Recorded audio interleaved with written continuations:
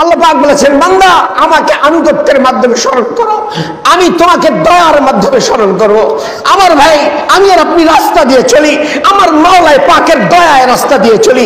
আল্লাহ পাকের যদি দয়া না হতো, আল্লাহ পাকের যদি মায়া না হতো, আমি আর আপনি এক সেকেন্ডও বাঁচতে পারতাম না।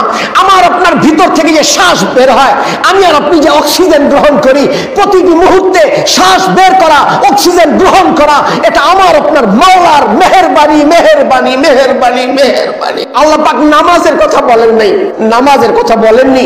নামাজের কথা বলেন যে অনেক নামাজ পড়ো, সল্লু সালাতান কাসীরা বলেননি, নামাজ অনেক করে এটা বলেননি, কিন্তু বলেছেন উযকুরুল্লাহ যিকরান কাসীরা। হে আমার বান্দারা, আমাকে বেশি বেশি স্মরণ করো, আমাকে বেশি বেশি স্মরণ করো। তুমি আমাকে যত স্মরণ করবে, আমি মাওলা তোমাকে তত বেশি স্মরণ করব। আলহামদুলিল্লাহ নাহমাদুহু ওয়া নাস্তাঈনুহু ওয়া নাস্তাগফিরুহু ওয়া নু'মিনু বিহি ওয়া নাতাওয়াক্কালু আলাইহি ওয়া না'উযু বিল্লাহি মিন শুরুরি আনফুসিনা ওয়া মিন sayyi'ati a'malina ফালা মুদিল্লা লাহু ওয়া মান ইউদ্লিলহু ফালা হাদিয়া লাহু ওয়া নাশহাদু আন লা ইলাহা ইল্লাল্লাহু ওয়াহদাহু লা শারীকা লাহু ونشهد أن سيدنا وسيدنا وحبيبنا ومولانا محمدا عبده ورسوله أما بعد فأعوذ بالله من الشيطان الرجيم بسم الله الرحمن الرحيم يا أيها الذين آمنوا اتقوا الله حق تقاته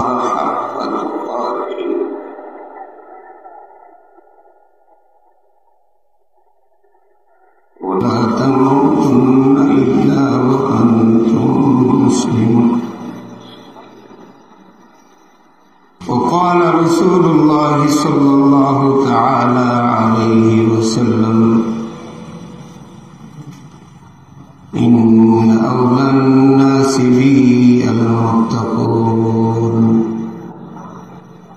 من كانوا حيث كانوا. وقال رسول الله صلى الله تعالى عليه وسلم يا أبا هريرة اتق المحارم تكن أعبد الناس أو كما قال النبي صلى الله تعالى عليه وسلم. আল্লাহ পাক জাল্লা জালালুহু ওয়া তাআলা শানুহু আমাদের সকলকে মাফ করে দেন, আমিন। আমাদের সকলকে কবুল মঞ্জুর করেন, আমিন। আমাদের অন্তরাত্মাকে আল্লাহ পাক তার মহব্বত মারিফতের নূর দ্বারা আলোকিত করে দেন, আমিন। আমার ভাই,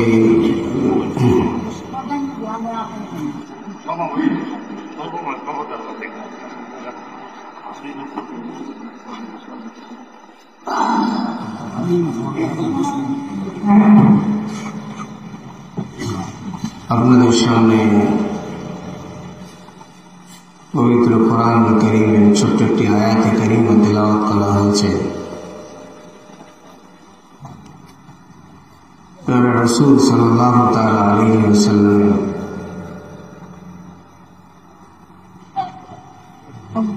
বিশাল হাদিসের ভান্ডার থেকে আল্লাহ পাক জাল্লা জালালুহু ওয়া তাআলা শানুহু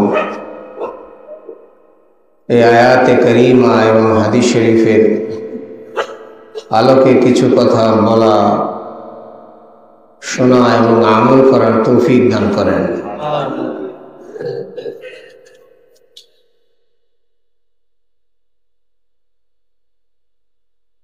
আমার ভাই, আল্লাহ রাব্বুল আলামিন আমাকে আপনাকে অনেক মহব্বত করেন। মহব্বত করে আমাদেরকে দুনিয়াতে পাঠিয়েছেন এবং আমরা যেন মুহাব্বতের পাত্র হয়ে আল্লাহ পাকের কাছে যেতে পারি। আল্লাহ পাক আমাদের জন্য যে জিনিস সাজিয়ে রেখেছেন, আমাদের জন্য প্রস্তুত করে রেখেছেন, হাদিসে কুদসির মধ্যে এসেছে, আদাততু লিইবাদিয়াস সালিহিন মা লা আইনুন রাআত ওয়ালা উযুনুন সামিআত ওয়ালা খাতারা আলা কলবি বাশার। আল্লাহ পাক বলেন, আমি আমার নেককার বান্দাদের জন্য, সালেহীন বলেছেন, সালেহীন,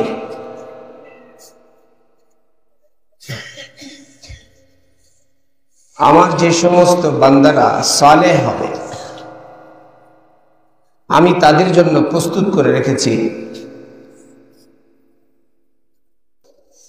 এমন জিনিস যেটা তারা তাদের চোখ দিয়ে কোনোদিন দেখেনি এবং তারা তাদের কান দিয়েও যেটা কোনোদিন শুননি এবং তাদের কল্পনাতেও সেটা আসতে পারে না। তার কারণ হলো আল্লাহ হলেন সবচেয়ে বড়। আল্লাহু আকবার আজানের শুরুতে মুয়াজ্জিন সাহেব প্রতিদিন 5 ওয়াক্ত নামাজের আজানের শুরুতে 4 বার বলে। কি বলে? আল্লাহু আকবার, আল্লাহু আকবার, আল্লাহু আকবার, আল্লাহু আকবার। কয়বার? লাস্টে বলে কয়বার? শুরুতে কয়বার? লাস্টে কয়বার? কয়বার হলো? 6 বার যদি আজানে হয়। 5 ওয়াক্ত নামাজের আগে আজান আছে না নাই? আপনাদের এখানে আজান হয় না? কয়বার হয়? 5 বার হয়। তো 5 বার যদি আজানের মধ্যে 6 বার কি বলা হয়? আল্লাহ বলেন না, আল্লাহ, আল্লাহ সবচেয়ে বড়। আল্লাহু আকবার মানে আমার শেখ, আমার পীর ও মুর্শিদ, কুতুবে আলম আরিফ বিল্লাহ রুমিয়া জামানা হযরত মাওলানা শাহ আব্দুল মতিন বিন হুসাইন সাহেব দামাত বারাকাতুহুল আলিয়ার জবানে অনেকবার শোনার তৌফিক হয়েছে এটা, যে আল্লাহু আকবার, আকবার ইসমে তাফজিলের সিগা। আকবার ইসমে তাফজিল যেখানে হয় সবচেয়ে উত্তম, তাহলে একটা থাকবে অনুত্তম, মানে একটা হলো সবচেয়ে উত্তম, আরেকটা হলো এর চেয়ে একটু কম উত্তম, একটা হলো আফজাল, আরেকটা হলো মফজুল। একজন হলো সবচেয়ে উত্তম। আরবি গ্রামারে এটা বলা হয় আকবার, এটা ইসমে তাফজিল মানে হলো সবচেয়ে বড়। তো ইসমে তাফজিলের গ্রামার হিসেবে যদি ধরা হয়, তা আকবার যদি সবচেয়ে বড় হয়, তাহলে এখানে একটা কথা আসে, তাহলে কেউ হয়তো আছে বড়, কেউ আছে বড়, আল্লাহ সবচেয়ে বড়, কেউ আছে বড়। সাধারণত ইসমে তাফজিলের ক্ষেত্রে এটা ধরা হয় একজন অনেক সুন্দর, এর মানে হলো কেউ কেউ সুন্দর আছে। একজন অনেক উত্তম, কেউ কেউ কিছু উত্তম আছে। তা আল্লাহু আকবার, আল্লাহ সবচেয়ে বড়, বাহ্যিক ভাবে অর্থ আসে কেউ কেউ কিছু বড়। এই জন্য মাশায়েখে কেরাম বলেছেন এখানে আকবর এটা ইসমে তাফজিল না, ইসমে তাফজিল বললে মাফজুল আসবে, এখানে মাফজুল নেই, এখানে ইসমে তাফজিলের অর্থে না, এখানে অর্থ হলো মুবালাগার অর্থে। এর মানে হলো আল্লাহ সবচেয়ে সবচেয়ে সবচেয়ে বড়, আল্লাহর তুলনায় কেউ বড় নেই। এই বার্তা আল্লাহ পাক আমাকে আপনাকে দিয়ে, মসজিদের মুয়াজ্জিনকে দিয়ে, মসজিদের মিনারা থেকে প্রত্যেকদিন 5 বার আল্লাহ পাক, এই জন্যই মুয়াজ্জিনদের দাম এত বেশি। সুবহানাল্লাহ, মুয়াজ্জিনদের দাম অনেক বেশি। আমরা বুঝি না, কিয়ামতের ময়দানে আল্লাহ পাক হাদিসের শব্দ যদিও মুয়াজ্জিনদের গর্দান এক লম্বা হবে, এখানে গর্দান দ্বারা গর্দান লম্বা হবে, গলা লম্বা হবে, এর অর্থ এই না যে গলাটা অনেক লম্বা। এর অর্থ হলো কাল কিয়ামতের ময়দানে আল্লাহ পাক মুয়াজ্জিনদের মাকাম অনেক উঁচুতে উঠিয়ে দিবেন। তার কারণ হলো যিনি সবচেয়ে বড়, ওনার বার্তা যে দিবে, যার মুখ দিয়ে ওই সবচেয়ে বড় মাওয়ার কথা বের হবে। আল্লাহ যেরকম বড়, ওই বড় কথা যার জবান দিয়ে বের হবে আল্লাহ পাক তাকেও বড় করে দিবেন। এটা আল্লাহ পাকের ওয়াদা। প্যারা রাসূল সাল্লাল্লাহু তাআলা আলাইহি ওয়াসাল্লাম বলেছেন, আমার আপনার কাছে দাম না থাকতে পারে, জমিনের মানুষের কাছে দাম না থাকতে পারে, মহল্লার মানুষের কাছে মুয়াজ্জিনের দাম না থাকতে পারে, কিন্তু মনে রাখতে হবে যে ব্যক্তি 5 ওয়াক্ত আমাকে আপনাকে ওমান আহসানু কাওলান মিম্মান দাআ ইলাল্লাহি, ওই ব্যক্তির চেয়ে সুন্দর কথা আর কি হতে পারে যে কিনা আল্লাহর দিকে কাউকে ডাকে, যে কিনা আমাকে আপনাকে 5 ওয়াক্ত নামাজের আগে আমাকে আপনাকে ডাকে। কি বলে ডাকে? যে আল্লাহ সবচেয়ে বড়। শুধু এতটুকুই না, আল্লাহ সবচেয়ে বড় এতটুকু বললেই হবে না, এটা সাক্ষী দিতে হবে যে আল্লাহ ছাড়া কোনো মাবুদ নেই। আল্লাহ ছাড়া, বলেন না, আল্লাহ ছাড়া। আরবিতে একটি কথা আছে, ইদা তাকাররারা ফিল কলব, যে জিনিস বারবার হয় বারবার হয় বারবার হয় বারবার হয় সেটা দিলের মধ্যে বসে যায়। যেই কলের নিচে, যেই কল থেকে পানি পড়ে বেশি জোরে পড়া লাগবে না, ফোঁটা ফোঁটা পানিও যদি নিচে পড়ে, লোহার উপরে যদি পড়ে, পাকার উপরে যদি পড়ে, শক্ত কোনো জিনিসের উপরে যদি পড়ে, আমার ভাই ওই ফোঁটা ফোঁটা পানি যেখানেই পড়বে না কেন সেখানে গর্ত হবে, সেখানে দাগ হবে, সেখানে স্পট হবে। এর মানে হলো বারবার বারবার বারবার যখন কোন জিনিস কোথাও পড়তে থাকে এটার একটা আসর হয়, এটার একটা প্রতিক্রিয়া হয়, এটার একটা চিহ্ন থাকে। এর মানে হলো মুয়াজ্জিন যখন বারবার বলল, কি বলল? বলেন না, আবার বলেন। ওহো,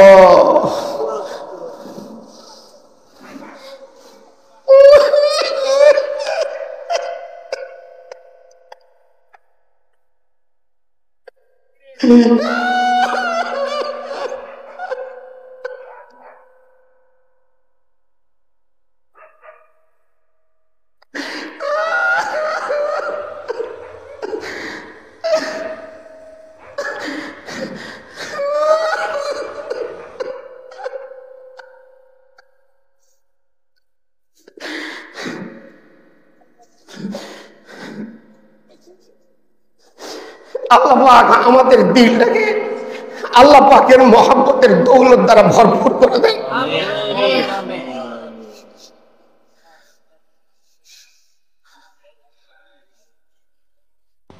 হাদিস শরীফের মধ্যে এসেছে, কোন ইসলামা কালাল মুয়াজ্জিন, মুয়াজ্জিন যা বলো তোমরাও তাই বলো, মুয়াজ্জিন যা বলে তোমরাও তাই বলো। মুয়াজ্জিন যদি আল্লাহু আকবার বলে তোমরাও আল্লাহু আকবার বলো, মুয়াজ্জিন যদি আল্লাহু আকবার বলে তোমরা আল্লাহু আকবার বলো। এর মানে হলো আমি আর আপনি যখন এই জবানে বলবো আল্লাহ সবচেয়ে বড়, আল্লাহ সবচেয়ে বড়। হাদিস শরীফের মধ্যে এসেছে, মান যাকারানি ফি কলবি যাকারতুহু ফি কলবি, আমার কোন বান্দা যখন আমাকে তার দিলে দিলে স্মরণ করে, আল্লাহ পাক বলে আমিও তাকে দিলে দিলে স্মরণ করি। আমার কোন বান্দা যখন কোন মজলিসে আমাকে স্মরণ করে,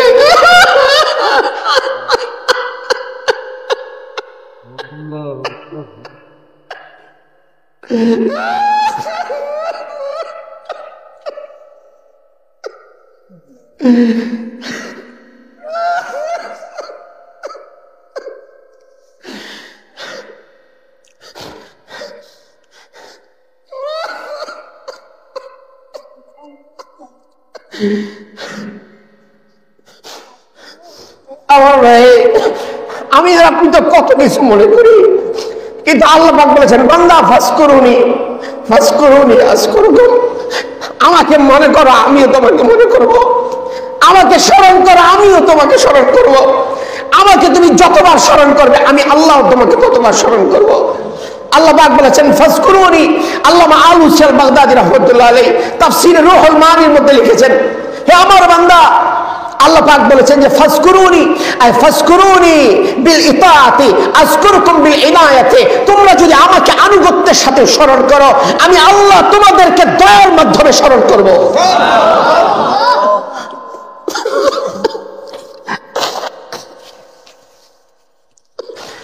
আমার ভাই, আমি আর আপনি যে বেঁচে আছি, আমার আপনার মাওলার দয়ায় বেঁচে আছি।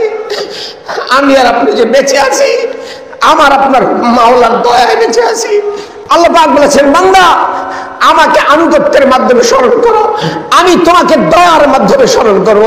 আমার ভাই, আমি আর আপনি রাস্তা দিয়ে চলি, আমার মাওলায় পাকের দয়ায় রাস্তা দিয়ে চলি। আল্লাহ পাকের যদি দয়া না হতো, আল্লাহ পাকের যদি মায়া না হতো, আমি আর আপনি এক সেকেন্ডও বাঁচতে পারতাম না। আমার আপনার ভিতর থেকে যে শ্বাস বের হয়, আমি আর আপনি যে অক্সিজেন গ্রহণ করি, প্রতিটি মুহূর্তে শ্বাস বের করা, অক্সিজেন গ্রহণ করা, এটা আমার আপনার মাওলার মেহেরবানি, মেহেরবানি, মেহেরবানি, মেহেরবানি।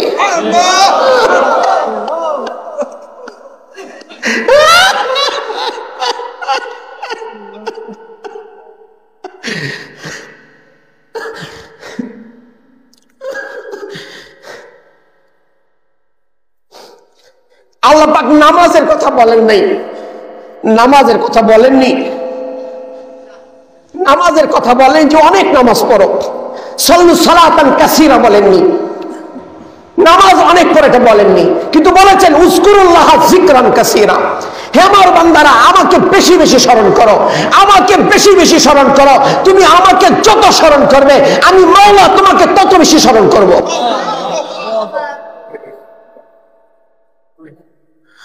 আল্লাহ পাক আমাদেরকে কবুল করেন। আল্লাহ পাক আমাদের জিন্দেগিটাকে আল্লাহ পাকের জিকির, আল্লাহ পাকের ইয়াদের জিন্দেগি বানিয়ে দেন। আমার শেখ দামাত বরকাতুহুর জবানে কি বলবো ভাই, আহলুল্লাহদের সোহবতের কথা। ওহো, এই উম্মত আহলুল্লাহদের কাছে ঋণী, আল্লাহ ওয়ালাদের কাছে ঋণী। আমার আপনার জিন্দেগিটা কেমন হওয়া দরকার? दुनिया के मशगलों में भी वो बाखुदा रहे, सबके साथ रहे के भी सबसे जुदा रहे।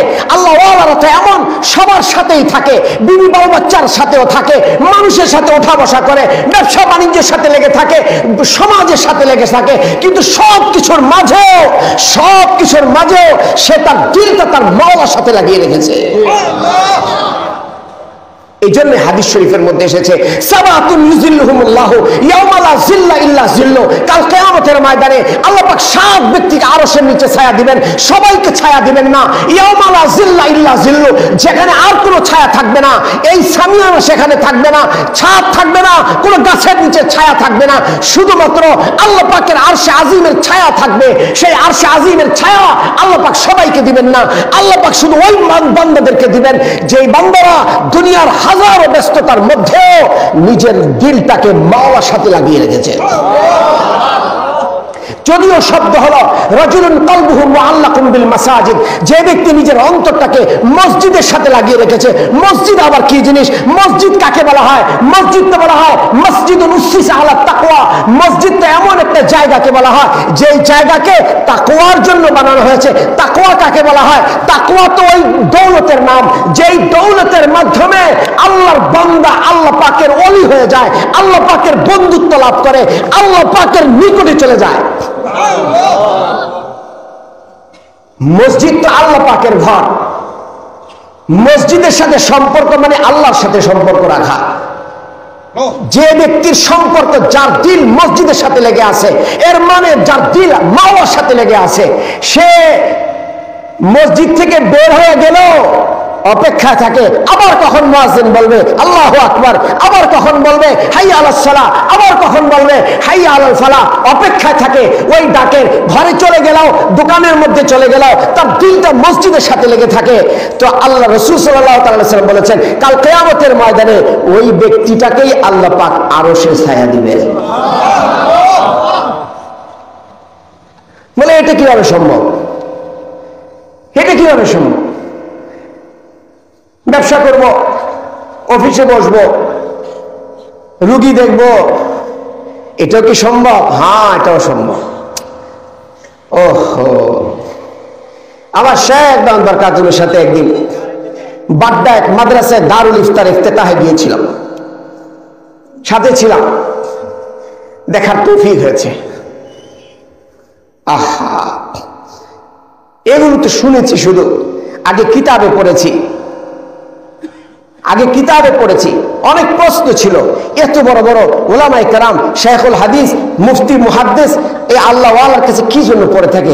এখানে আবার কোন জিনিস আছে? হ্যাঁ, এখানে একটা জিনিস আছে। ওই জিনিস গোশতের দোকানে পাওয়া যায় না, ওই জিনিস মাছের দোকানে পাওয়া যায় না, ওই জিনিস স্বর্ণের দোকানে পাওয়া যায় না। আমার ভাই, ওই জিনিস তো পরশ পাথর। ওই পরশ পাথর তো যার কাছে পরশ পাথর আছে তার কাছে পাওয়া যায়। এই জন্য শাহ ওয়ালিউল্লাহ মুহাদ্দিসে দেহলভী রহমতুল্লাহ আলাইহি একবার মোগল সম্রাট, মোগল বাদশাদের সামনে, দিল্লি জামে মসজিদের ওখানে মোগল বাদশারা সামনে বসা ছিল। শাহ ওয়ালিউল্লাহ মুহাদ্দিসে দেহলভী রহমতুল্লাহ আলাইহি সেই মোগল বাদশাদের সামনে মসজিদের মধ্যে বলেছিলেন, দিলে দারাম জওয়াহির পারায়ে ইশকাস্ত তাহবিলস কে দারত জের গর্দু মীর সামানে কে মন্দারম। হে মোগল সম্রাটটা শোনো, হে মোগল সম্রাটটা শোনো, তোমরা মোগল বাদশাহ হতে পারো, তোমরা রাজত্বের মালিক হতে পারো, অট্টালিকার মালিক হতে পারো, সালতানাতের মালিক হতে পারো, কিন্তু মনে রাখবে ওয়ালিউল্লাহ তার সিনার মধ্যে এমন একটা দিল রাখে, ওই দিলের ভিতরে আল্লাহ পাকের মহব্বতে এমন এক দৌলত আছে, যেই দৌলতের কথা তোমরা চিন্তাও করতে পারবে না। আমার ভাই, ওই দৌলত যার থাকবে, আল্লাহ পাক বলেছেন ইয়াউমা লা ইয়ানফাউ মালুন ওয়ালা বানুন ইল্লা মান আতাল্লাহ বিকলবিন সালিম। কাল কিয়ামতের ময়দানে বাড়ি গাড়ি কাজে আসবে না, সহায় সম্পত্তি কাজে আসবে না, সন্তান সন্ততি কাজে আসবে না। হ্যাঁ, একটা জিনিস কাজে আসবে। বলে কোন জিনিস? সেই জিনিসের নাম হলো যে কিনা একটা কলবে সালিম নিয়ে উঠতে পারবে। কি শব্দ? কি শব্দটা বলেন তো, আবার বলেন, একটু বলেন তো ভাই, কি শব্দ? আবার বলেন না, কি শব্দ? কলবে সালিম। বলেন, আবার বলেন, আবার বলেন। এখানে ডাক্তার সাহেবরা বসে আছে। তিরমিজি শরীফের একটা রিওয়ায়াত বলি আছে, 5 ওয়াক্ত নামাজের পর হাড়ের উপরে হাত রেখে, কোথায় কোথায়? হাড় হলো বাম স্তনের 2 আঙ্গুল নিচে। সবাই রাখেন হাত, সবাই রাখেন না। বাম স্তনের কয় আঙ্গুল নিচে? কি আছে এখানে? আরে বলেন না, কি আছে? হাড় আছে। 5 ওয়াক্ত নামাজের ফরজের পরে 7 বার এই হাড়ে হাত রেখে একটা দোয়া পড়া। আউযু, বলেন আউযু আউযু বিইজ্জাতিল্লাহি বিইজ্জাতিল্লাহি বিইজ্জাতিল্লাহি ওয়া কুদরতিহি ওয়া কুদরতিহি ওয়া কুদরতিহি মিন শাররি মা আজিদু মিন শাররি মা আজিদু আউযু বিইজ্জাতিল্লাহি ওয়া কুদরতিহি মিন শাররি মা আজিদু। হাড়ে পেন উঠেছে, হাড়ে ব্যথা উঠেছে, ব্যথা। ওই সময় হাত রেখে পড়েছে, ব্যথা বন্ধ হয়ে গেছে।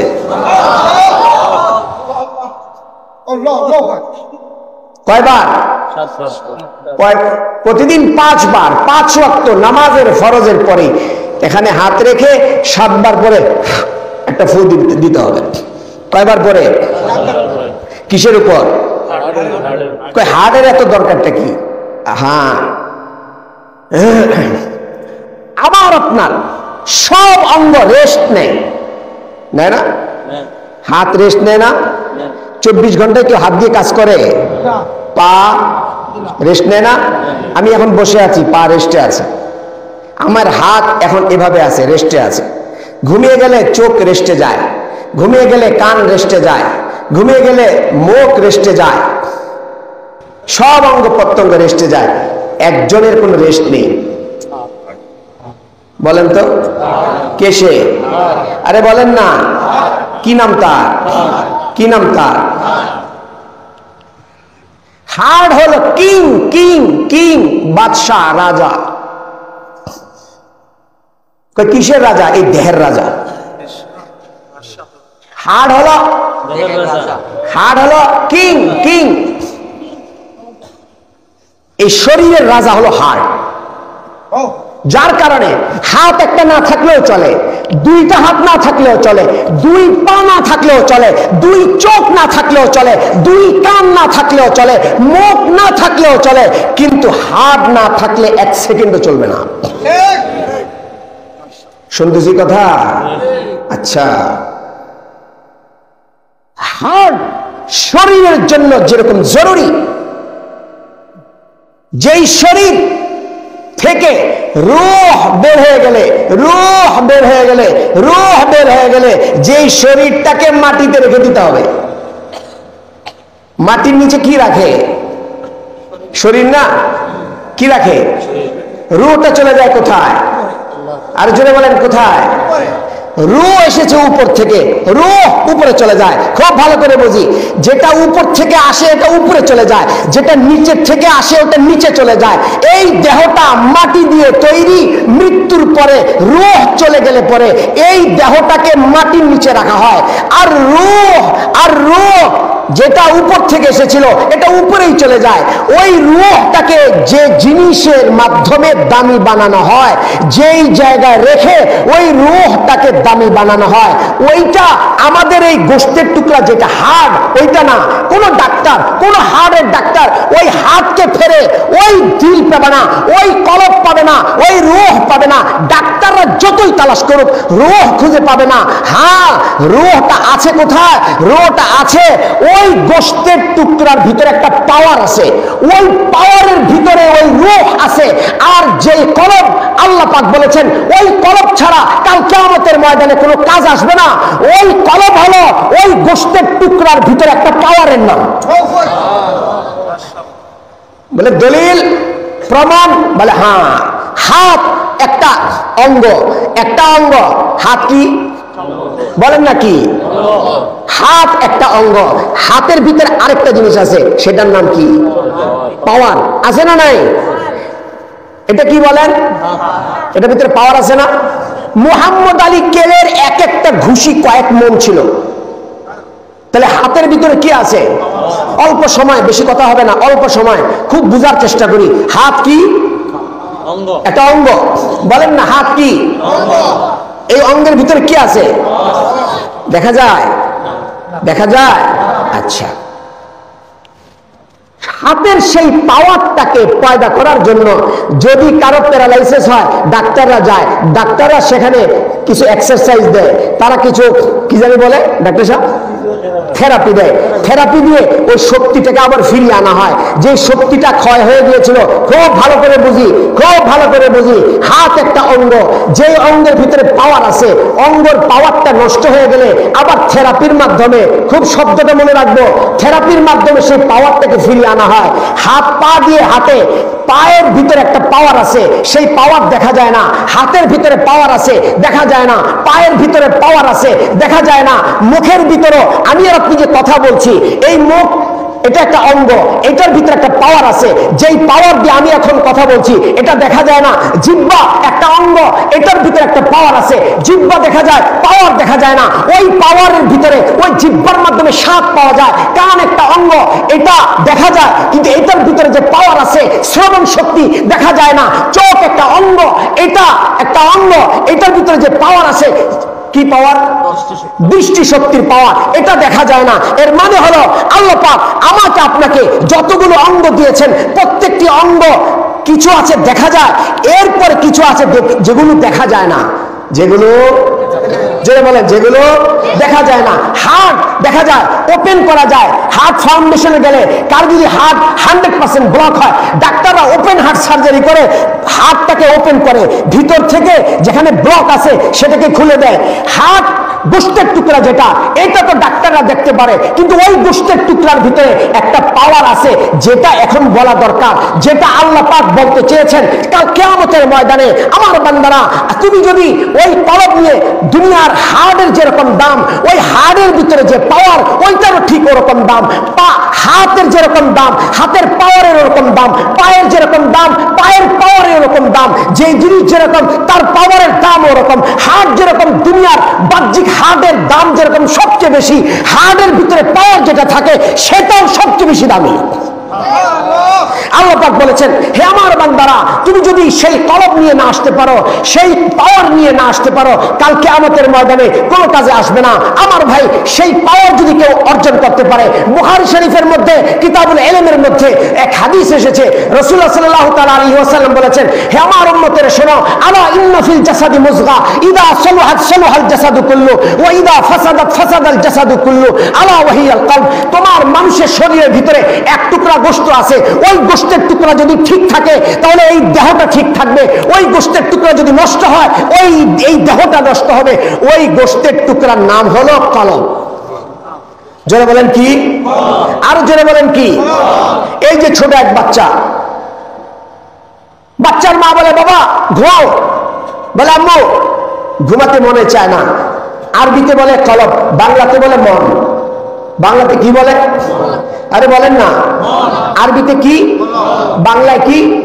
দেখেন কলব যে কত দামি। কলব মানে ওই যে গোশতের টুকরাটা না, এটার ভিতরে যে পাওয়ার, সেটা ওই পাওয়ার যদি কেউ ঠিক অর্জন করতে পারে, ওই পাওয়ার যদি, জোরে বলেন, ওই পাওয়ার যদি অর্জন করা যায় না, যায় না?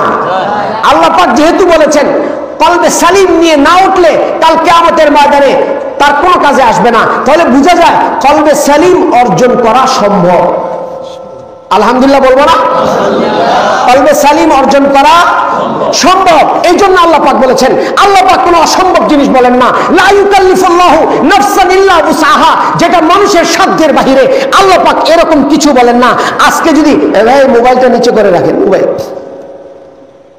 আজকে যদি একটা জিনিস আমরা নিয়ে যেতে পারি, কি জিনিস? যে আমরা সবাই আল্লাহ পাকের বন্ধু হতে চাই। চাই না সবাই? চাই না সবাই? আর অল্প একটু সময়, কথা শেষের দিকে, খুব ভালো করে শুনি। আল্লাহ রাসূল সাল্লাল্লাহু তাআলা আলাইহি ওয়াসাল্লাম বলেছেন, ওই গোশতের টুকরা যদি ঠিক হয়, গোশতের টুকরা আসল না, গোশতের টুকরার ভিতরে পাওয়ার। জাস্টিস তাকি ওসমানী দামাত বারাকাতুল আলিয়া হযরত বুখারী শরহের মধ্যে লিখেছেন, মানুষ মনে করে কলব মানে হলে গোশতের টুকরা। আসলে যে কলবের ভিতর রূহ থাকে, যে রূহটা ডাক্তাররা খুঁজে পায় না, যে রূহটা আল্লাহর কাছে চলে যায়, ওই রূহ চলে গেলে পরে সবাই বলে এই লোকটা মারা গেছে। ওই রূহকে শক্তিশালী করার জন্যই আল্লাহ পাক আমাকে আপনাকে বিভিন্ন পন্থা অবলম্বন করতে বলেছেন। মায়ে বলে বাচ্চাকে, বাবা ঘুমাও না কেন? কয় মা আমার মনে চায় না। আচ্ছা বলেন তো, ঘুমায় কি মন দিয়ে না চোখ দিয়ে? আরে ভাই একটু বলেন না, আমার ভাষা কি বুঝে আসেন আপনাদের? ঘুমায় কি দিয়ে? মা বলছে বাবুকে, আব্বু আসো একটু খানা খাও। কয় মা আমার খেতে মনে চায় না। বলে না, বলে না? খাবে মুখ দিয়ে কিন্তু বলে মনের কথা, ঘুমাবে চোখ দিয়ে কিন্তু বলে মনের কথা। বলে বাবা মাদ্রাসায় যাও, কয় মনে চায় না। বলে না, বলে না? কয় একটু বাজারে যাও, কয় মনে চায় না। কার কথা বলে? তো ঘুমানোর সময় বলে মনের কথা, খাবারের সময় বলে মনের কথা, হাঁটার সময় বলে মনের কথা, কোনো কাজ করার সময় বলে মনের কথা। এর মানে হলো আমার আপনার মন, যেটা বাংলাতে আরবিতে যেটাকে কলব বলা হয়, ওই কলব হলো সবচেয়ে বড় মুফতি সাহেব। সবচেয়ে বড় মুফতি সাহেব কে? আরে জোরে বলেন কে? সেই কলব। আল্লাহ পাক বলেছেন, মা জাআলাল্লাহু লিরাজুলিন মিন কলবাইনি ফি জাওফিহি, তোমাকে হাত দুটি দিয়েছি, কলব পা দুটি দিয়েছি, চোখ দুটি দিয়েছি, কান দুটি দিয়েছি, কিন্তু তোমাকে একটি মাত্র কলব দিয়েছি। ওই কলবের মধ্যে আর কারো জায়গা হবে না। ওই কলব শুধুমাত্র আমি আল্লাহর জন্য হবে। কার জন্য? আল্লাহু আকবার, আল্লাহু আকবার। আল্লাহ পাক বলেছেন, বান্দা তুমি যেখানে যেই অবস্থায় থাকো না কেন, তুমি আমাকে একটু মনে রাখো। কি করো? আরো বলেন, কি করো? আমাকে একটু মনে রাখো। এখন বলবেন, যদি আমি তো ডাক্তার, আমি রোগী দেখি, আল্লাহকে এত মনে রাখবো কোত্থেকে? না না না না না, এখানে একটা ফর্মুলা আছে। ওই যে বললাম, বাগদাতে আমার শেখ দাউদ বারাকাতুহুর সাথে একদিন গিয়েছি দারুল ইফতার উদ্বোধনের সময়। হযরত বসা একটা গোলাপ ফুলের একটা তোড়া সামনে এনে রাখলো। রাখতে দেরি, গোলাপ ফুলের তোড়াটা রাখতে দেরি, হাউমাউ করে কান্না শুরু করে দিলেন। কি করলেন? আরে বলেন না, কি করলেন? আমরা তো অবাক, আরে কান্না করেন কেন? গোলাপ ফুলের সাথে কান্নার কি সম্পর্ক? হাকিমুল উম্মাহ মুজাদ্দিদ মিল্লাহ শাহ আশরাফ আলী থানভী নব্বরাল্লাহু তাআলা মারকাদুল আজল খলিফা খাজা আজিজুল হাসান মজজুব রহমতুল্লাহ আলাইহি একদিন এক ফুল বাগানের ভিতরে ঢুকেছেন। ফুল বাগান থেকে বের হয়ে উনি ওনার শেখ দাউদ বরকাতুহুকে বলেছেন, হযরত गुलिस्तान में जाकर हर एक गुल को देखा, तेरी ही सी रंगत तेरी ही सी बू है। हजरत जी আমি ফুল বাগানে ঢুকলাম, কি গোলাপ ফুল, কি বেলি ফুল, কি জবা ফুল, কি গন্ধরাজ ফুল, আমি যে কোনো ফুল দেখলাম না কেন, সেই ফুলের পাপড়িগুলি হাত দিয়ে ধরলাম না কেন, সেই ফুলের ঘ্রাণ নিলাম না কেন, যে ফুলই দেখেছি না কেন, প্রত্যেকটি ফুলের ঘ্রাণের মধ্যে, প্রত্যেকটি ফুলের পাপড়ির মধ্যে আমি আমার মাওলায়ে পাকের ঘ্রাণ, আমার মাওলায়ে পাকের সুগন্ধি এবং স্নিগ্ধতা আমি সেখানে খুঁজে পেয়েছি।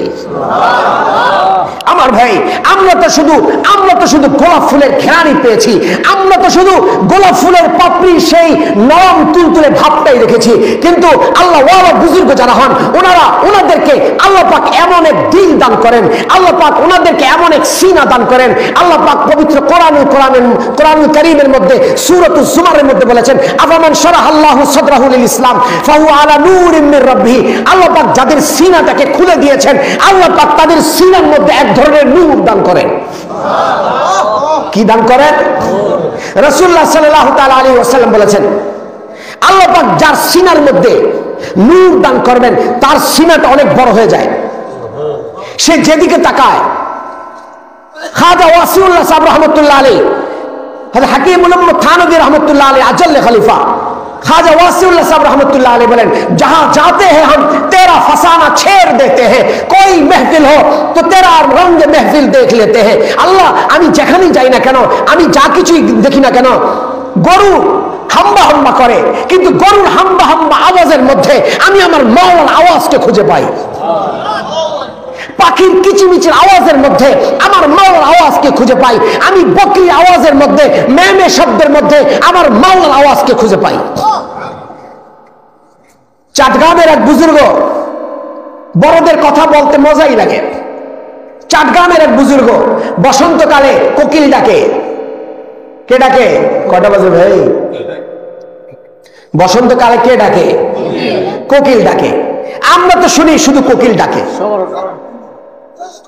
সেই বুজুর্গ বসন্তের কোকিলের ডাক শুনে বলে, বসন্তর কোকিল কে আল্লাহ ডাক দিয়ে,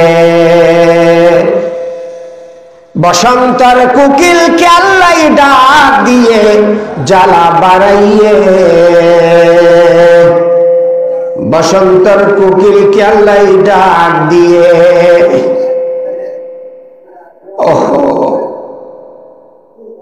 আল্লাহ ওয়ালারা বসন্তের কোকিলের ডাকের মধ্যে তার মাওলার ডাককে খুঁজে পায়। এই জন্যই বাইতুল্লাহ শরীফের সফরকে অনেকে ইশক বস্তির সফর বলে। কি বলে? আর জোরে বলেন কি বলে? আল্লাহ পাকের ইশক মুহাব্বতের সফর হলো বাইতুল্লাহ শরীফের সফর। যে কিনা আমরা যারা 5 ওয়াক্ত নামাজ পড়ি, কার জন্য? জোরে বলেন কার জন্য? যে আল্লাহর জন্য 5 ওয়াক্ত নামাজ পড়ি। দেখেন, যে যাকে ভালোবাসে প্রথমে কথা হয়, কথা হওয়ার পর একটু দেখতে মনে চায়, যাকে আমি ভালোবাসি তাকে একটু দেখবো না? যে বান্দারা 5 ওয়াক্ত নামাজে আজানের সময় মুয়াজ্জিনের সাথে বলেছিল আল্লাহু আকবার আল্লাহু আকবার, এখন ওই দিলের মধ্যে আল্লাহ ছাড়া কেউ নেই। কে আছে? শুধু একজনই আছেন। উনি কে? এই জন্য 5 ওয়াক্ত নামাজের আগে মুয়াজ্জিন যে আজান দিচ্ছে, আমার আপনার জন্য নির্দেশ হলো মুয়াজ্জিনের সাথে সাথে আমাকে আপনাকে কি বলতে হবে? এই জন্য মনে রাখি, আজকে একটা আমল শুনি। আমার আপনার কাছের, সবচেয়ে কাছের যে মসজিদ, সব মসজিদের আজানে জবাব দেওয়া লাগবে না, আমার আপনার কাছের সবচেয়ে যে কাছের মসজিদ, ওই মসজিদে যখন আজান হবে আমি আর আপনি কি করব? জবাব দিব না? জবাব দিব না? কি করব বলেন? হ্যাঁ, তাহলে এখন আসেন, মুয়াজ্জিনের গলা যদি কিয়ামতের ময়দানে উঁচু হয়, মুয়াজ্জিনের গর্দান যদি কিয়ামতের ময়দানে উঁচু হয়, মুয়াজ্জিনের সাথে যে আজানের শব্দগুলো বলেছে মুয়াজ্জিনের সাথে যে আজানের শব্দগুলো বলেছে, বড়দের জবানে শোনার তৌফিক হয়েছে যে যারা আজানের আওয়াজের সাথে সাথে নিজেরাও জবাব দিবে, আল্লাহ পাক মুয়াজ্জিনদেরকে যে মাকাম দান করবেন, যারা জবাব দিবে আল্লাহ পাক তাদেরকেও সেই মাকাম দান করবেন।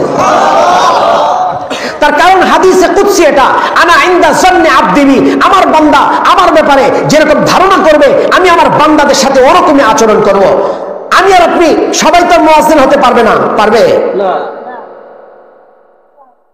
আমার জিন্দেগি অনেক বড় একটা শখ ছিল বাইতুল্লাহ শরীফের আজান দেওয়া, জিন্দেগির অনেক বড় একটা শখ ছিল। সেই 90-এর দশকে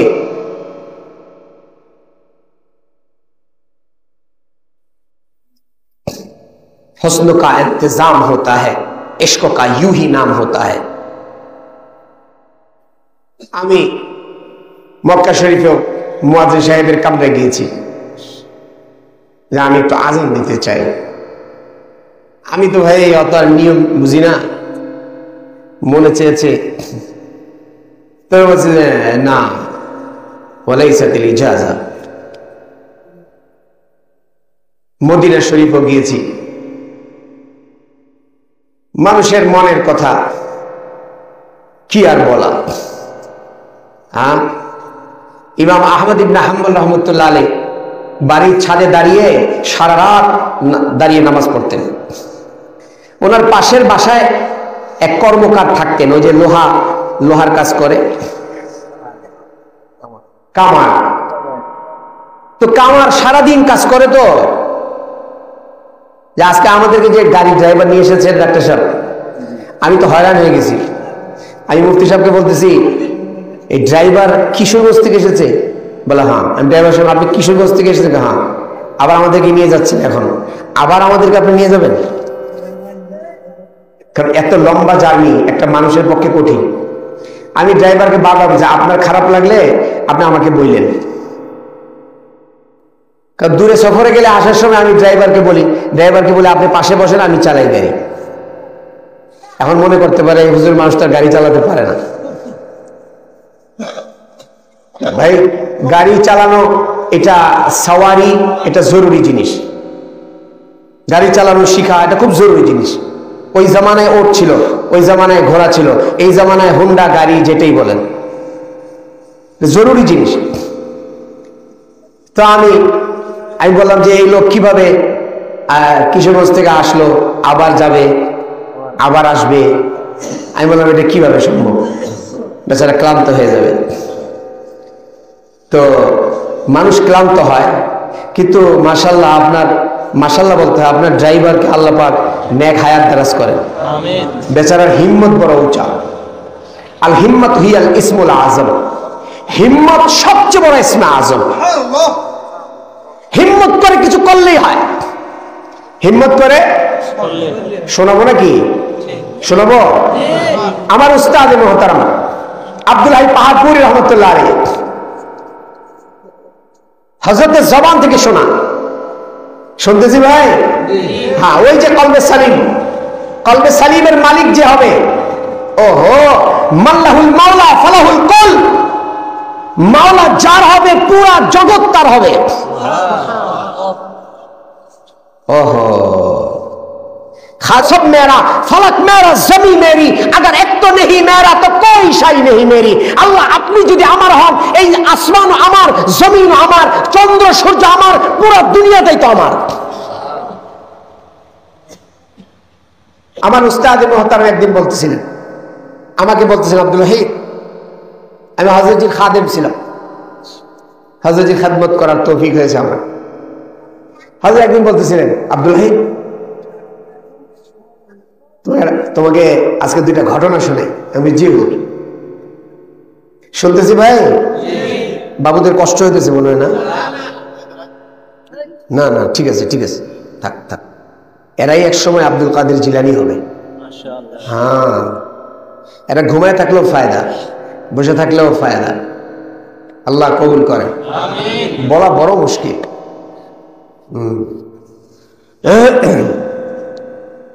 হুজুর বললেন যে একদিন আমি কামরাঙ্গীচর মাদ্রাসায় হাফিজ হুজুর রহমতুল্লাহ আলাইহির সাথে আসরের নামাজ পড়েছি। আসরের নামাজ পড়ার পরে হঠাৎ দেখি হাফিজ হুজুর নাই। ডাক্তার সাহেব শুনতেছে নাকি? হ্যাঁ, আসরের নামাজের পরে কে নেই? হাফিজ হুজুর নেই। কোথায়? আরে ভাই, একসাথে নামাজ পড়লাম, হুজুর সামনে আমি পিছনে, এখন হঠাৎ দেখি হুজুর নাই, পেরেশানি হবে না? হুজুর আমাকে বললেন যে আমি পুরা মসজিদ খুঁজলাম, কোথাও নেই। কামরাঙ্গীচর মাদ্রাসার ভিতরে ঢুকলাম, তন্ন তন্ন করে খুঁজলাম, মসজিদেও নেই, মাদ্রাসায়ও নেই। কে ছিলেন? কোথায় ছিলেন? কোথায়? মসজিদে। হযরত বলে যে মাগরিবের আজানের একটু আগে দেখি হাফিজ হুজুর রহমতুল্লাহ আলাইহি ওই জায়গায় বসা। মাগরিবের নামাজটা পড়লাম অনেক কষ্টে, বহুত কষ্টে মাগরিবের নামাজ পড়লাম।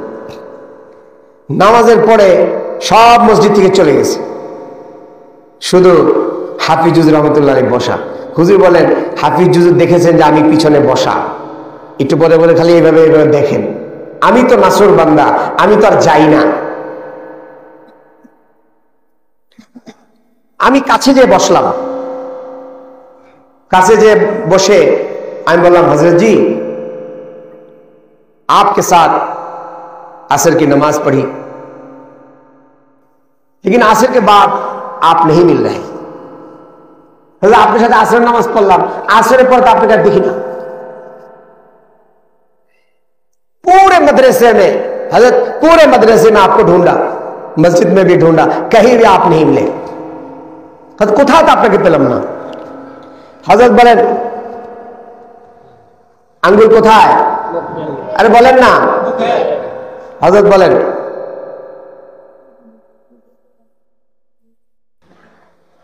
मेरे मरने से पहले किसी को नहीं बताना।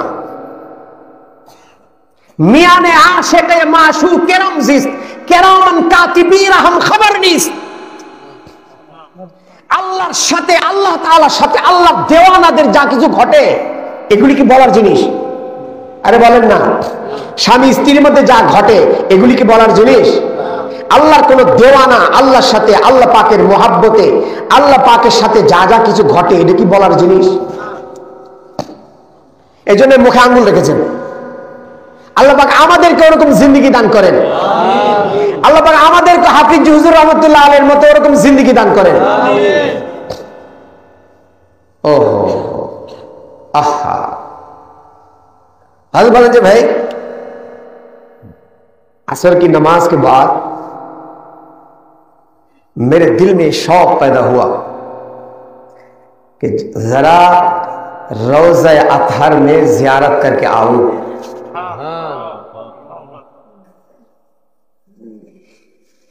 আসরের নামাজের পরে একটু মনে চাইলো একটু মদিনা শরীফে রাসূলুল্লাহ সাল্লাল্লাহু আলাইহি ওয়াসাল্লামের রওজা শরীফটা একটু জিয়ারত করে আসি।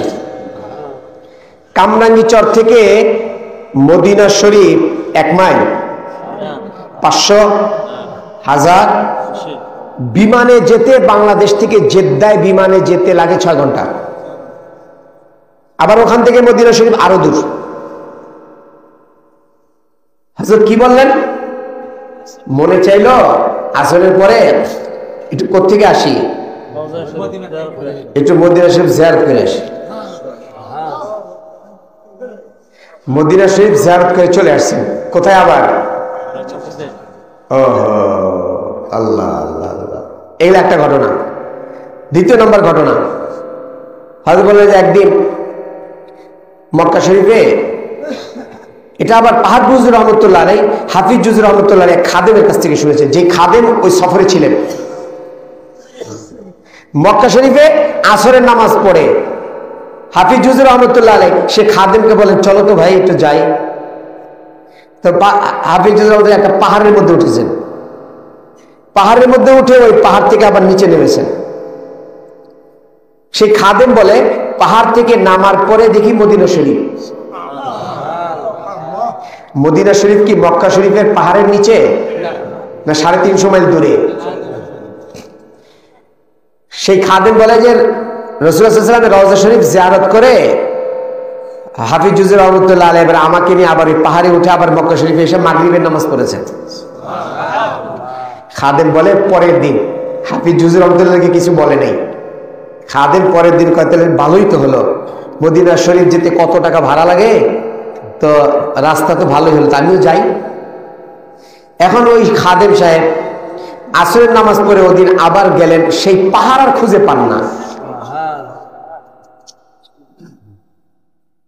একই তো জমিন, একই তো আসমান, একই তো চন্দ্র সূর্য, একজনে কত দূর চলে গেল, আরেকজন কত পিছনে।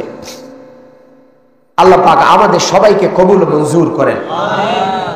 বলছিলাম যে কথা, যে আল্লাহ পাক 5 ওয়াক্ত নামাজের সময়, নামাজের আগে মুয়াজ্জিন সাহেব কয়বার? 6 বার আল্লাহু আকবার বলে। একামতেও কয়বার বলে? 6 বার না? একামতে নাই, কি আছে? আজানে যা, একামতেও। আচ্ছা, নামাজ শুরু করে কি দিয়ে? নাকি অন্য শব্দ? শুনতেছি সবাই? আজানে আল্লাহু আকবার, 6 6 12 চলে গেল। শুরু করলাম কি বেদে? আল্লাহু আকবার। আবার রুকুতে গেলাম, শুধু মাঝখানে ওঠার সময় সামি আল্লাহু লিমান হামিদা, এরপর আবার কি? আবার সেজদা থেকে উঠে আবার সেজদা, আবার সেজদা থেকে দ্বিতীয় রাকাতে বারবার কি বলে? আল্লাহু আকবার। আল্লাহ পাক আমাকে আপনাকে দিয়ে বারবার বলাচ্ছে। কি জন্য বলাচ্ছে? আল্লাহ পাক এই জন্য বলাচ্ছে যে বান্দা, তোমার দিলের ভিতরে যেন এই অবস্থাটা সৃষ্টি হয় যে আল্লাহই হলেন বড়, আর কেউ বড় না। ইসমে তাফজিল না, আল্লাহই হলেন সবচেয়ে না, আল্লাহই হলেন একমাত্র, আর কেউ। এখন আসেন হাদিসে কুদসি, আল কিবরিয়াউ রিদাই, বড়ত্ব হলো আমার গায়ের চাদর। আল্লাহ পাক বলেন ফামান নাযানি, কেউ যদি আমার গায়ের চাদর ধরে যদি টানাটানি করে, আল্লাহ পাক বলেন হাদিসে কুদসি, কাযাফতুহু ফিন-নার, আমি তাকে জাহান্নামে নিক্ষেপ করব। আরে কিরাআতের মধ্যে বলে আযামাতু রিদাই ইজারি, বড়ত্ব হলো আমার পাজামা। এর মানে হলো আমাকে আপনাকে বিনয়ী হওয়া লাগবে, বড়ত্বকে ছাড়া লাগবে। হাদিস শরীফের মধ্যে এসেছে মান তাওয়াদা লিল্লাহি রাফাহুল্লাহ, যে বিনয়ী হবে আল্লাহ পাক তাকে উঁচু করে দিবেন। আর ওমান তাকাব্বারা ওয়াজাহুল্লাহ, আর যে বড়ত্ব করবে, যে বড়াই করবে, আল্লাহ পাক তাকে ধসিয়ে দিবেন, আল্লাহ পাক তাকে ধ্বংস করে দিবেন। ফেরাউনকে যেরকম ধ্বংস করেছিল, কারুনকে যেরকম ধ্বংস করেছিল, হামানকে যেরকম ধ্বংস করেছিল, আবু লাহাবকে যেরকম ধ্বংস করেছিল, আবু জাহালকে যেরকম ধ্বংস করেছিল। কিন্তু আমাকে আপনাকে মুহাব্বত করে যেহেতু আল্লাহ পাক সৃষ্টি করেছেন, আল্লাহ পাক চান ওই মুহাব্বতের জায়গায় যেন আমি আর আপনি যেন যেতে পারি, আমার আপনার ঠিকানা যেন জাহান্নামে না হয়। ওই জাহান্নাম থেকে বাঁচার জন্য আল্লাহ পাক বলেছেন ইয়া আইয়ুহাল্লাযীনা আমানুত্তাকুল্লাহ, হে ঈমানদারেরা তোমরা আল্লাহকে ভয় করো। কাকে? কাকে? তোমরা তাকওয়া অবলম্বন করো, আল্লাহকে ভয় করো। বলে সে আল্লাহর ভয়ের জায়গা কোনটি? সে আল্লাহর ভয়ের জায়গা হলো বাম স্তনের 2 আঙ্গুল নিচে, যার নাম হলো কলব। যার নাম কি? যার নাম কি? আচ্ছা, আয়াতে কারিমার মধ্যে আল্লাহ পাক বলে হাক্কা তুকাতি, হে আমার বান্দারা আমাকে যে ভয় করবা, তাকওয়া যে অবলম্বন করবা, গুনাহ থেকে যে বাঁচবা, একটু গুনাহ থেকে বাঁচলে হবে না, পুরোপুরি বাঁচা লাগবে। আমি একটা দৃষ্টান্ত দিয়ে কথা শেষের দিকে আর কয়েক মিনিট। ছোটবেলায় আমরা বাংলা বইয়ের মধ্যে পড়েছি, কি সেটা? বাপুরাম সাপুরে, কি বলে? বাপুরাম, তারপরে কোথা যাস বাপুরে, তারপর আয় বাবা দেখে যা, 2টো সাপ, বলেন না 2টো সাপ রেখে যা, তারপরে মারে না তো কাটে না, কাউকে যে মারে না তো ধরে না, কাউকে যে কাটে না, এমন 2টি সাপ রেখে যাও যেই সাপের কি নেই? দাঁত নেই, কাটে না, এরকম কোন সাপ আছে? আরো জোরে বলেন আছে? এরকম সাপ যেহেতু নেই, আমরা যারা মনে করি যে আল্লাহকে ভয় করব, গুনাহ থেকে বেঁচে থাকবো, কিছু বাঁচলাম কিছু বাঁচলাম না। আল্লাহ পাক বলে না, পরিপূর্ণ গুনাহ থেকে যদি তুমি বাঁচতে পারো, একটা বিন্দু মাত্র গুনাহ যদি তোমার না থাকে। আরেক হাদিস শরীফ পড়া হয়েছে, রাসূলুল্লাহ সাল্লাল্লাহু তাআলা আলাইহি ওয়াসাল্লাম হযরত আবু হুরায়রা রাদিয়াল্লাহু আনহু বলেছেন, ইয়া আবু হুরায়রা ইত্তাকিল মাহারিম তাকুনা আবাদান নাস। আমরা তো মনে করি নামাজ পড়লে অনেক বড় ইবাদত গুজার, নামাজ পড়লে অনেক বড় ইবাদতকারী, রোজা করলে অনেক বড় ইবাদতকারী, তাসবিহ তাহলিল করলে অনেক বড় ইবাদতকারী, প্রতি বছর উমরাতে হজে গেলে অনেক বড় ইবাদতকারী। আল্লাহ পাক তো বলেছেন, আমি তোমাদেরকে সৃষ্টি করেছি আমার ইবাদতের জন্য।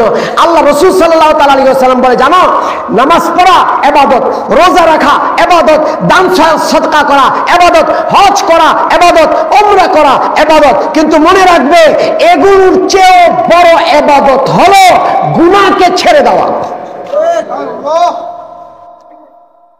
এর চেয়ে বড় ইবাদতের নাম কি? এটা কি জানি? ইমাম সাহেব হুজুর, আপনার এটা একটু দেন আমার কাছে। এটার নাম কি? যে বলে এটার নাম কি? 1450 বছর আগে যেই আয়াত আল্লাহ পাক নাযিল করেছেন, আল্লাহ পাক জানতেন যে সামনে এমন একটা দিন আসছে, আমার বান্দাদের জন্য সিনেমা হল বন্ধ হবে। ঠিক, সিনেমা হলের দরকার হবে না। ঢাকা শহরে অনেক সিনেমা হল বন্ধ করে দিয়ে ভেঙ্গে মার্কেট বানিয়েছে, লাগবে না সিনেমা হল। তার কারণ হলো ইহুদ ও নাসারারা, তারা আমাকে আপনাকে যতক্ষণ পর্যন্ত জাহান্নামে না নেবে তারা ক্ষান্ত হবে না। আল্লাহ পাক বলেছেন, ওয়ালান তারদা আনকাল ইয়াহুদু ওয়ালান নাসারা হাত্তা তাত্তাবিআ মিল্লাতাহুম। আল্লাহ পাক বলেছেন, ইহুদ ও নাসারারা খুশি হবে না যতক্ষণ পর্যন্ত তোমরা তাদেরকে অনুসরণ না করবে। তারা তো চায় আমি আর আপনি যেন জাহান্নামে চলে যাই। কিন্তু আল্লাহ পাক বলেছেন, আমার নেককার বান্দাদের জন্য আমি এমন জান্নাতকে প্রস্তুত করে রেখেছি যেটা তারা চোখ দিয়েও দেখেনি, কানেও শোনেনি, কল্পনাও করতে পারেনি। কিন্তু আমার ভাই, সেই মহাব্বতের জায়গায় যাওয়ার জন্য সবচেয়ে বড় প্রতিবন্ধকতা যেটা, শুধু নামাজ পড়লে হবে না, শুধু হজ করলে হবে না, শুধু নামাজ পড়তে হবে, হজ করতে হবে, যাকাত দিতে হবে, পাশাপাশি সবচেয়ে বড় ইবাদতের নাম যেটা, যেটা এখন আমাদের কাছে সবচেয়ে বেশি অবহেলিত, এটার নাম হলো গুনাহকে ছেড়ে দেওয়া। জোরে বলেন কি? আরে জোরে বলেন কি? কিছু ছাড়লাম কিছু ছাড়লাম না, হবে না, পরিপূর্ণ ছাড়া লাগবে। ডাক্তার অ্যান্টিবায়োটিক দিয়েছেন 3 দিনের, 5 দিনের, 7 দিনের কোর্স। এখন যদি 7 দিনের জায়গায় কেউ যদি 3.5 দিন অ্যান্টিবায়োটিক খায়, কাজ হবে? 3 দিনের জায়গায় যদি 2 দিন খায়, কাজ হবে? ঠিক তদ্রূপ ভাবে আল্লাহ পাক বলেছেন, পরিপূর্ণভাবে গুনাহ ছেড়ে দিতে হবে। পরিপূর্ণভাবে যদি আমি আর আপনি গুনাহ ছেড়ে দিতে পারি, তাহলে একটা সুসংবাদ শুনে রাখি। সেই সুসংবাদের নাম হলো, আল্লাহ পাক বলেছেন, আলা ইন্না আউলিয়া আল্লাহি লা খাউফুন আলাইহিম ওয়া লা হুম ইয়াহজানুন আল্লাযীনা আমানু ওয়া কানু ইয়াত্তাকুন। যারা তাকওয়া অবলম্বন করবে, গুনাহকে ছেড়ে দিবে, আল্লাহ পাকের ওয়াদা, এই দুনিয়াতেও তাদের কোনো চিন্তা নেই, আখিরাতেও তাদের কোনো চিন্তা নেই। কোরআনে কারীমের মধ্যে আল্লাহ পাক বলেছেন, প্রত্যেককে পুলসিরাত পার হওয়া লাগবে, প্রত্যেককে পুলসিরাত পার হওয়া লাগবে। আল্লাহ পাক বলেছেন, মনে রাখবে, আমি যারা তাকওয়ার সাথে চলবে, দুনিয়াতে যারা গুনাহকে ছেড়ে দিবে, আল্লাহ পাক বলেন, আমি তাদেরকে নিজ হাতে পুলসিরাত পার করে দেব। সুম্মা নুনাজ্জিল্লাযীনা তাকাউ ওয়া নাযারু যালিমিনা ফিহা জিসিয়া।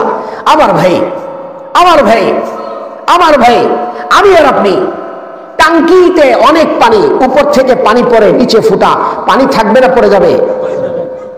অনেক ইবাদত বন্দেগী করি আমি আর আপনি, নামাজ পড়ি, আসসালাতু নূরুন, নামাজে নূর আছে, যাকাতে নূর আছে, সাদাকায় নূর আছে, তেলাওয়াতে নূর আছে। কিন্তু আমার ভাই, এই সমস্ত ইবাদতের নূর আমার আপনার কলবের মধ্যে থাকে না, এগুলো সব পড়ে যায়। তার কারণ কি? যখন কেউ একটা গুনাহ করে, অন্তরের মধ্যে একটা ছিদ্র হয়, সেই ছিদ্র দিয়ে সব কিছু বের হয়ে যায়। গাড়ির মধ্যে উঠেছে কেউ, গাড়ির জানালাটা একটু ফাঁকা, এসি ছাড়া ঠান্ডা হবে? এসি ছাড়া ঠান্ডা হবে? কেন? ঠান্ডা বাতাস বের হয়ে যায়। আমার আপনার অন্তর যদি ফুটা হয়ে যায়, চোখের মাধ্যমে গুনাহ হয়, অন্তর ফুটা হয়। কেউ যদি চোখকে হেফাজত করে, অন্তর হেফাজত হয়। এই জন্য তাকওয়ার নাম হলো, এই চোখ দিয়ে কোনো কিছু দেখবে না, হারাম জিনিসকে দেখবে না। বলে কি হবে? হাদিসে কুদসি এটা, আন নাজরু সাহাবুম মিন সিহামি ইবলিস। আল্লাহ পাক বলেন, এই চোখ দিয়ে যদি কেউ হারাম জিনিস না দেখে, আল্লাহ পাক বলেন, আবদালতু ঈমানান ইয়াজিদু হালাওয়াতাহু ফি কলবিহি। কেউ যদি এই চোখ দিয়ে মোবাইলে হোক, যেখানে হোক, হারাম জিনিস দেখা ছেড়ে দেয়, আল্লাহ পাক বলেন, আমি তাকে ঈমানের স্বাদ দান করব। সুবহানাল্লাহ। আমার ভাই ইলিশ মাছের স্বাদ আছে, ডিম ভাজির স্বাদ আছে, প্রত্যেকটা জিনিসের স্বাদ আছে, ইমানেরও স্বাদ আছে। আমার আপনার ইমানের স্বাদ পেতে হলে আমাকে আপনাকে এই চোখ দিয়ে হারাম জিনিস দেখা ছেড়ে দিতে হবে। যদি ছেড়ে দিতে পারি, আল্লামা মোল্লা আলী কারি রাহিমাহুল্লাহ মিরকাত শরহ মিশকাতের মধ্যে এই হাদিসের ব্যাখ্যার মধ্যে লিখেছেন, অফি বাশারাতুন ইলা হুসনিল খাতিমা। কেউ যদি এই চোখ দিয়ে হারাম জিনিস না দেখে, আল্লামা মোল্লা আলী কারি রাহিমাহুল্লাহ বলেছেন, সেই ব্যক্তি ঈমানের সাথে মৃত্যুবরণ করবে। আমরা সবাই পারবো তো ইনশাআল্লাহ? আমরা সবাই আজকে থেকে নিয়ত করি যে এই চোখ দিয়ে কোনো হারাম জিনিস, এই চোখ দিয়ে কোনো হারাম জিনিস, চোখকে যদি হেফাজত করি আমার আপনার অন্তরটা হেফাজত হবে। যা যা কিছু ইবাদত করব এগুলো নূর অন্তরের মধ্যে সংরক্ষিত থাকবে। ওই নূরওয়ালা অন্তর দিয়ে আমি আর আপনি ফুল বাগানের দিকে যাব, সেখানে মাওলাকে খুঁজে পাবো। কোকিলের শব্দ খুঁজে পাবো, সেখানে মাওলাকে খুঁজে পাবো। আমি আর আপনিও ওই এক জিন্দেগি আল্লাহ পাক আমাকে আপনাকে দান করবেন, যে জিন্দেগির মধ্যে সবার সাথে থাকার অবস্থাতেও প্রতিটি মুহূর্তে আমার আপনার দিল আল্লাহর সাথে লেগে থাকবে। আল্লাহ তাআলা আমাদের সকলকে এই কথাগুলো বুঝে এর উপরে পুরোপুরি আমল করার তৌফিক দান করেন। আমিন। ওয়া আখিরু দাওয়ানা আলহামদুলিল্লাহি রাব্বিল আলামিন ওয়া সাল্লাল্লাহু আলা নবিয়িল কারীম।